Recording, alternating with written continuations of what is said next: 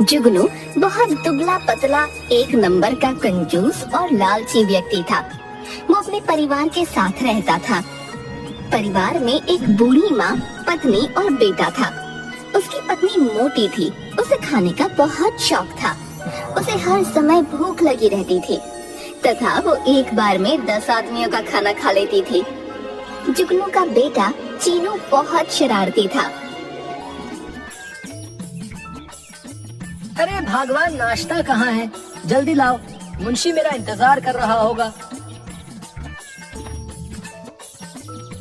हाय, वो कलवा मुंशी आपका इंतजार क्यों करने लगा?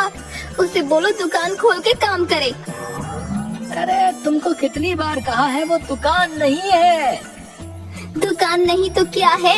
लोगों को रुपये ब्याज पर उधार देने की दुकान ही तो है। उधार की दुकान। अब तुमको कौन समझाए है? मैं गधे को समझा सकता हूँ पर तुमको नहीं है? हाँ, ये सही कहा आपने। उस मुंशी को बोलो आपकी उधार की दुकान खोल के काम करे। ना ना, वो नहीं खोलेगा। दुकान खोलते ही सफाई करनी पड़ती है। मुंशी झाड़ू नहीं लगाता, मैं लगाता हूँ। हैं? आप झाड़ू लगाते हो दुकान में? तुमको पता है रुपए भी बच जाते हैं।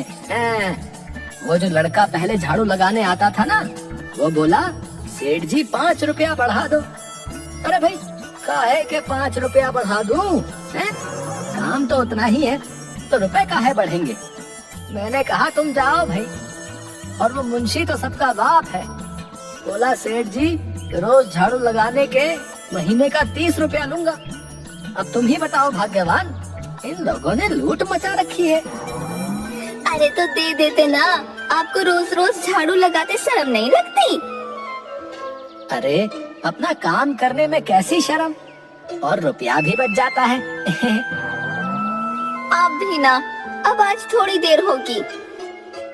क्यों, नाश्ता बना नहीं अभी तक? बना था पर क्या? वो मैंने खा लिया। मेरा नाश्ता खा लिया तो कोई नहीं, चीनू या माँ के हिस्से का मुझे दे दो, उनके लिए फिर से बनवा लेना। उनका भी मैंने खा लिया। सुबह जितना नाश्ता बना था मैंने खा लिया। अब क्या करूं, पूरियां देखकर रहा नहीं गया। तुम्हारी इस खाने की आदत ने मुझे बर्बाद कर दिया है। इतना रुपया राशन में जाता है, कुछ पता भी है? ऊपर से जब देखो खा खा कर कितनी मोटी हो रही है। सुनो जी, कितनी बार कहा है, कुछ भी कहो पर मुझे मोटी मत कहा करो। मेरा वजन है ही कितना, बस 150 किलो ही तो है। ये कोई मोटापा है क्या? हे प्रभु, तू ही समझा इसे। सुनो, मैं जा रहा हूँ। अगर खाने को कुछ बचे तो भिजवा देना। तभी अंदर से आवाज आई, जुगनू, अरे ओ जुगनू, सुन तो। लो, अम्मा बुला रही हैं। अरे क्या है अम्मा? अरे कितनी बार कहा है, जाते वक्त टोका मत करो।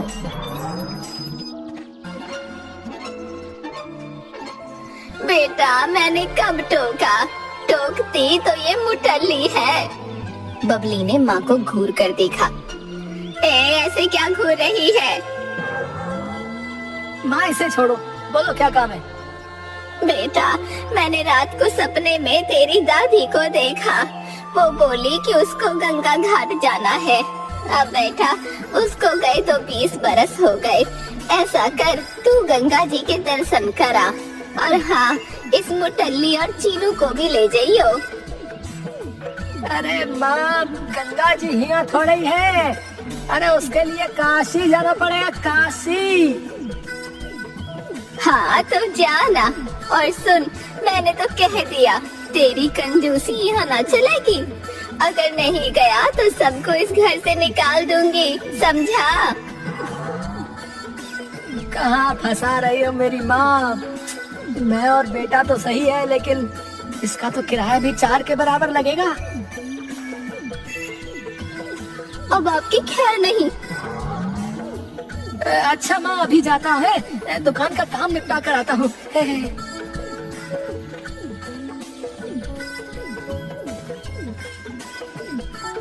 दुकान में अरे मुंशी, माँ ने काशी जाने के लिए कहा है। तुम मेरी, चीनू और उसकी माँ तीनों की रेलगाड़ी की टिकट का हिसाब लगाकर कुल कितना खर्चा होगा ये बता। मुंशी हिसाब करने लगा। कुछ देर बाद उसने एक पर्चा जुगनू को दिया। उसे पढ़कर वो उछल पड़ा। 1000 रुपया का एक आदमी की टिकट, रहने खाने का अलग खर्चा। हाँ सेठ जी, काशी यहाँ थोड़े ही है, बहुत दूर है। आप बोलो तो एक सलाह दूं। सेठ जी, ये रेलगाड़ी का चक्कर छोड़ो, बहुत महंगा हो जाएगा। आप बस से चले जाओ, बस का टिकट सस्ता भी है और शाम वाली बस का और भी सस्ता है। मुंशी, तुम सच कह रहे हो? हाँ सेठ जी, मैंने सब पता कर लिया है, सब बढ़िया से हो जाएगा और खर्चा भी कम। शाम को जुगनू, बबली और चीनू को लेकर बस के लिए निकल पड़ा। अरे सुनो, इतना भारी पेटी मैं नहीं उठा सकती, किसी कूली को बुला लो ना। तुमसे तो कम ही भारी है। बबली ने जोर से पेटी नीचे रख दी। अरे ये क्या, चलो जल्दी से उठाओ इसे, देर हो रही है। कहा ना मुझसे नहीं उठता इतना वजन, इसे उठाकर तो और भूख लगने लगी। तुम भी ना, अरे कहीं इतना भारी है? 25-30 किलो होगा बस। तो आप खुद ही उठा लो ना। जुगनू ने पेटी उठाने की कोशिश की तो वो खुद ही गिर गया। क्या पापा, आप बिना कुछ लेते क्यों नहीं? चुप बदमाश कहीं का, तुम्हारे इस झूले लाल पाप की तो हद हो गई है कंजूसी की। बबली ने पेटी उठा ली।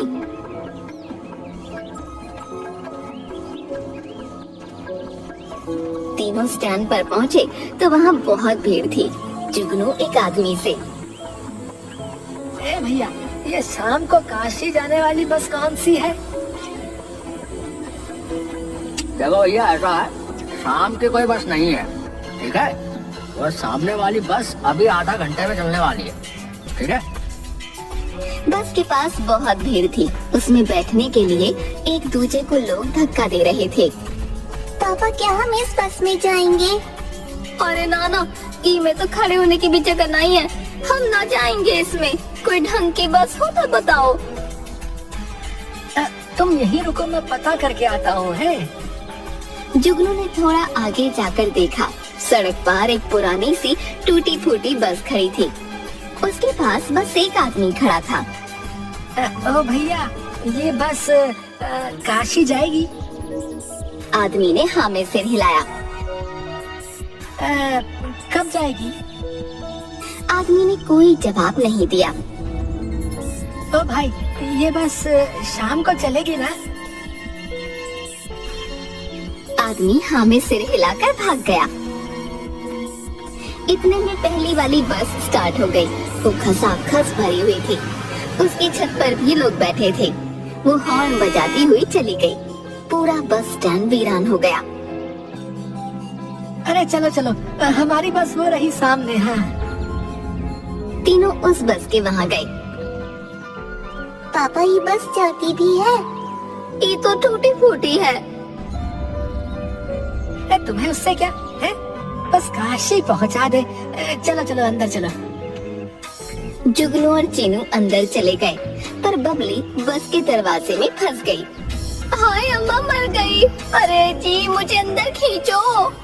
जुगनू और चीनू दोनों बबली का हाथ पकड़कर अंदर खींचने लगे। जोर लगा के हईशा, जोर लगा के हईशा।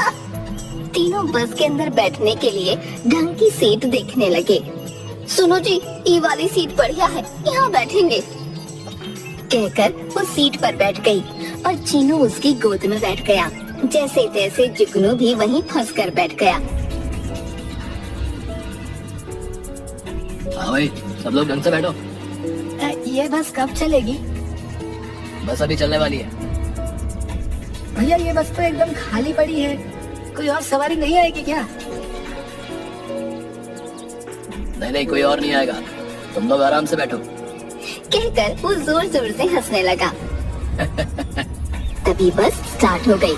पूरी बस जोर जोर से हिलने लगी और जुगनू सीट से नीचे गिर गया। पापा गिर गए, पापा गिर गए। चुप बदमाश। भगवान, पूरी सीट तो तुमने घेर ली है, मैं पीछे वाली सीट पर बैठता हूँ। बस हिचकोले खाती हुई चलने लगी। सुनो, जरा संभल कर, कहीं वहाँ भी न गिर जाना। अम्मा, मैं भी अकेले सीट पर बैठूंगा, यहाँ कैसे खेलूंगा?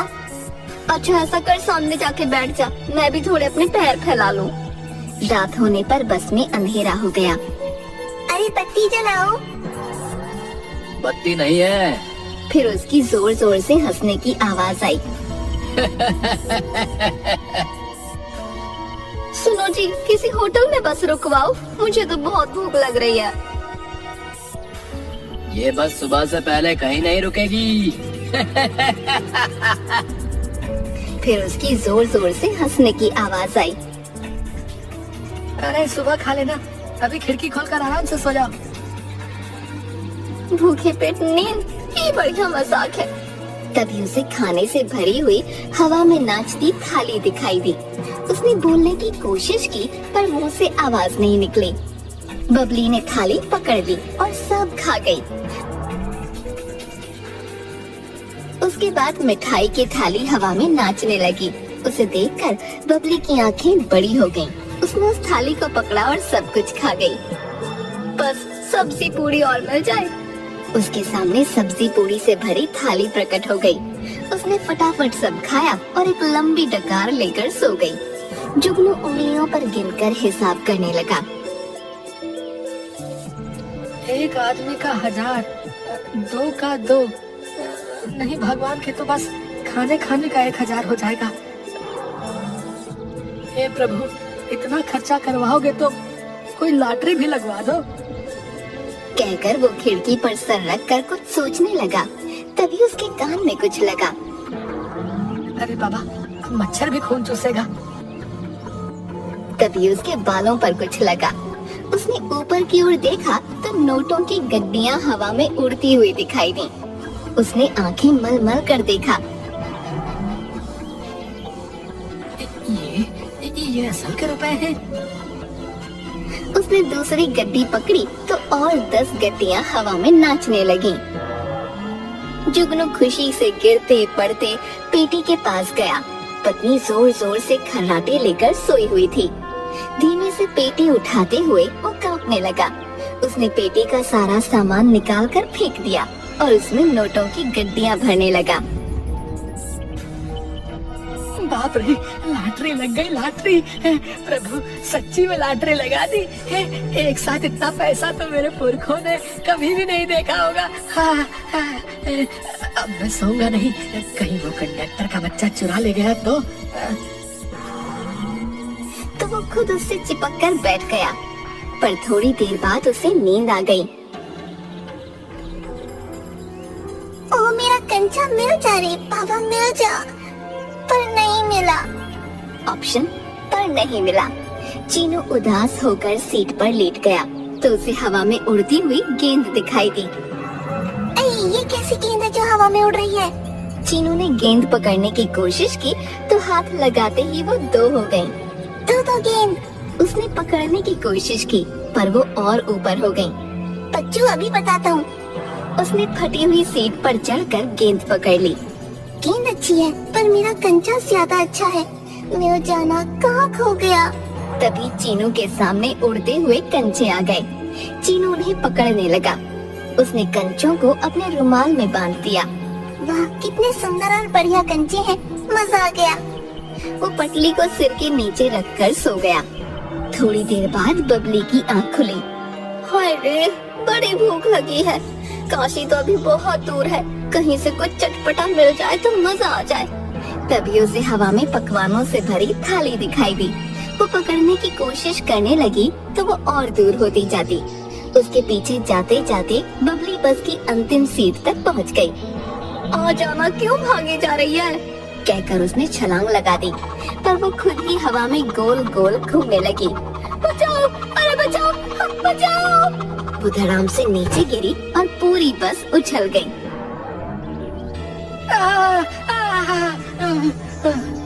बस रुक गई। तब जीनू और जुगनू ने बबली को उठाया। इस ड्राइवर और कंडक्टर को छोड़ूंगी नहीं।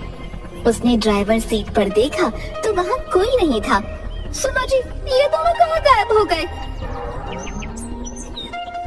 पता नहीं, इस बस से अब तक कोई नीचे नहीं उतरा। उन्होंने यहाँ वहाँ देखा पर कोई नहीं था। सवेरा हो गया, लगता है काशी आ गया। चलो चलो नीचे उतरो।